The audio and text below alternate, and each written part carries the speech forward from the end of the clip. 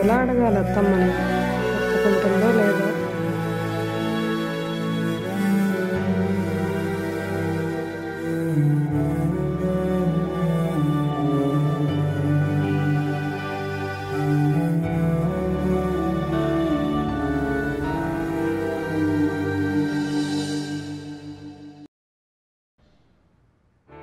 అత్తమ్మ, కాఫీ.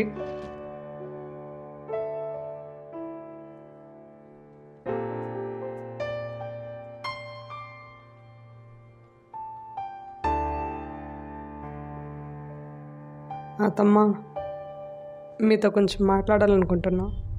ఏంటో చెప్పు. అంటే ఈ పండగ ఊరు వెళ్దాం అనుకుంటున్నా. ఏం మాట్లాడుతున్నావు నువ్వు? మైండ్ పనిచేస్తుందా? అమ్మకు వచ్చి బయటికి వెళ్ళొస్తా, పని ఉంది. రే రారా, నీతో మాట్లాడాలి. ఏమ్మా, ఏమైంది? నీ భార్య అంటుంది పండక్కి వాళ్ళ అమ్మ ఇంటికి వెళ్తానని. ఏం చెప్పమంటావు? ఎలా అండి మరి? నాన్న నేను లేకుండా ఒంటరిగా పండగ ఎలా చేసుకుంటారు? అంటే విజయ్, పెళ్ళైన తర్వాత ఫస్ట్ పండుగ చేసుకోవాల్సింది మన ఇంట్లోనే కదా. అందుకే అంటున్నా, పూజ ఈవినింగ్ కదా, ఈలోగా వచ్చేస్తా. అప్పుడు అందరం కలిసి చేసుకుందాం. కానీ విజయ్, మనం ఉండేది తిరుపతి, మీ నాన్న ఉండేది విజయవాడ. ఈవినింగ్లా ఎలా వస్తావు? మార్నింగ్ ఫ్లైట్కి వెళ్ళి ఈవినింగ్ ఫ్లైట్కి వెళ్ళి వచ్చేస్తా. అవునా? నువ్వు రావడం లేట్ అయితే పూజ నీ కోసం ఆపుకోవాలనా? లేట్ అవ్వదా? అయినా పండగ అంటే ఇంట్లో ఎంత పని ఉంటుందో నీకు తెలీదా? ప్లీజ్ అత్తమ్మ. చాలు, ఇంకా ఆపండి. ఎవరు ఎక్కడికి వెళ్ళవలసిన అవసరం లేదు.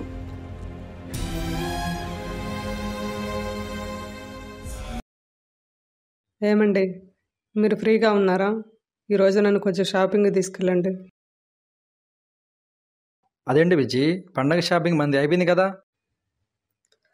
అంటే అది ఎలాగో ఊరికి వెళ్ళటం లేదు కదా, కనీసం మా నాన్నకు ఓ జత బట్టలన్నా తీసుకొని కొరియర్ చేద్దామని.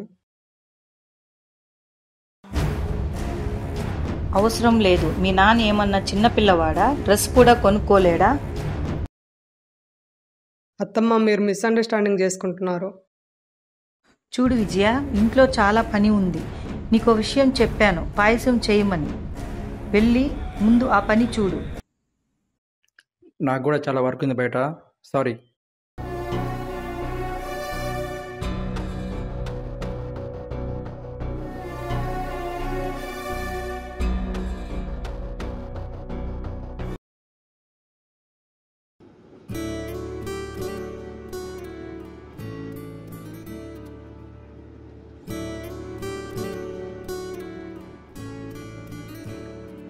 హలో.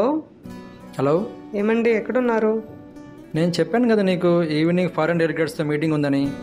పండగ రోజు కూడా ఆఫీస్ ఏంటి?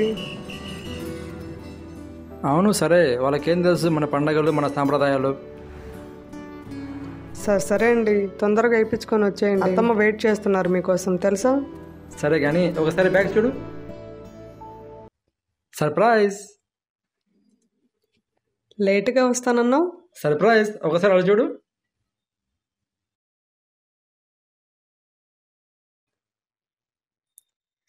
నాన్న, మీరా?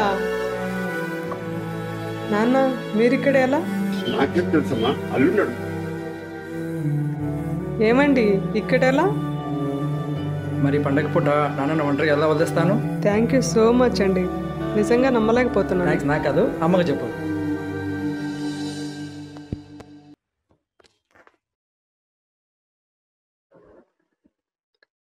థ్యాంక్స్ అత్తమ్మా. మాస్ చెప్పాడు, నాన్నగారిని మీరే పిలిపించారంట కదా. చూడు నాన్న, పండుగ అంటే ఫ్యామిలీతో కలిసి జరుపుకుని, మీ నాన్న కూడా మన ఫ్యామిలీని ఎలా మర్చిపోతాను, అందుకే పిలిచాను. అమ్మా, మీకు తెలుసా, ఈసారి నాన్న పండగ ఒంటరిగా చేసుకోవాల్సి వస్తుందేమో అనుకున్నాను. అయినా ఇదంతా నాకు ముందెందుకు చెప్పలేదమ్మా? ముందు చెప్పేస్తే ఎలా? ఇంత నాటకం చేయకపోతే నా బంగారు కొడల ముఖంలో నవ్వు మిస్ అయిపోయేదానిగా.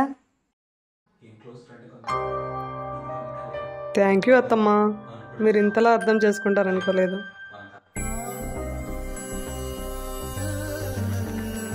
సరే సరే, ఇటు తిరుగు. తొందరగా వెళ్ళి నాన్నని మాసిని పిలువు, పూజకు టైం అయింది.